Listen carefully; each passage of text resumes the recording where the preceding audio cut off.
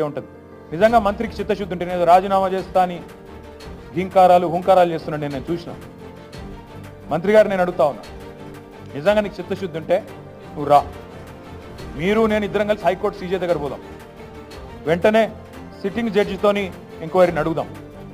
Sitting judge గారు కనుక ఇందులో ఏం జరగలేదు మొత్తం పెట్టండి, ఫైల్స్ ఆయన ముంగట గతము ఇప్పుడు మొత్తం పెట్టండి, తప్పులేం జరగలేదు అని ఒకవేళ వారు తీర్పునిస్తే ఆయన రాజీనామా అన్నాడు కదా, రాజీనామా కాదు నేను రాజకీయ సన్యాసం చేస్తాను. ఇంకొక మాట, మా మంత్రి గారికి ఒకవేళ ఏమైనా ఇబ్బంది ఉంది హైకోర్టు సీజీ దగ్గర రావడం అనుకుంటే ఇద్దరం కలిసి కేంద్రంలో ఉండే సెంట్రల్ విజిలెన్స్ కమిషనర్ ఉంటాడు, ఇద్దరం పోదాం. నెక్స్ట్ వీక్ నేను పోతా, నువ్వు కూడా రా, టైం చెప్పు, డేట్ చెప్పు, ఇద్దరం కలిసిపోదాం, సివిసికి ఇద్దాం. మంత్రి గారికి నేను ముందే చెప్తా ఉన్నా, ఇప్పటికైనా తప్పు సరిదిద్దుకోండి, వెంటనే టెండర్లు రద్దు చేయండి.